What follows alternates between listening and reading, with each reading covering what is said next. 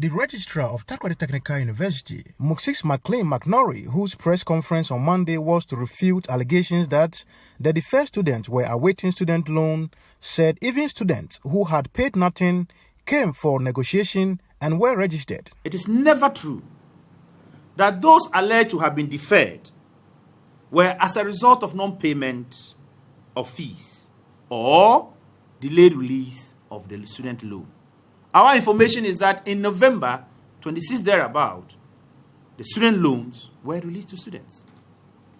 And the records are there to cross-check.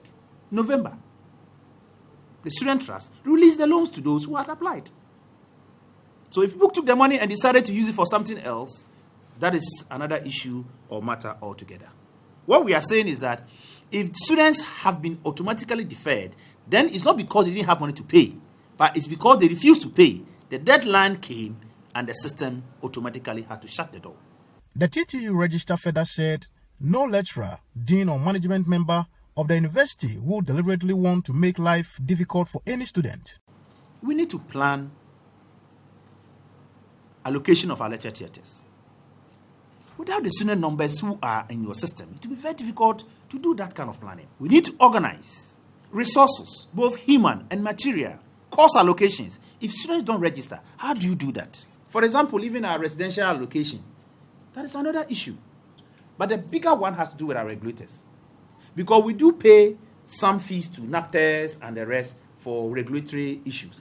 How are you calculating those numbers if the student refuses to register?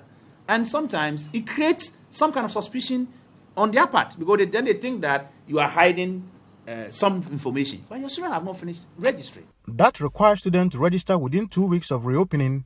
The SRC president of Takoradi Technical University, Solomon Asigitawa, appealed to the TTU management to reconsider its decision.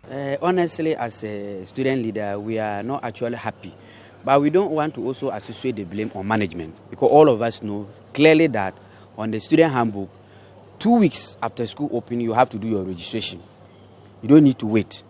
But it is unfortunate that our colleagues are not able to fulfill this. So all we are saying now is that we are pleading with management to rescind their decision of considering these students to be able to register.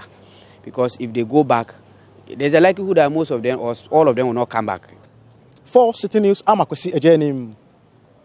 Takoradi.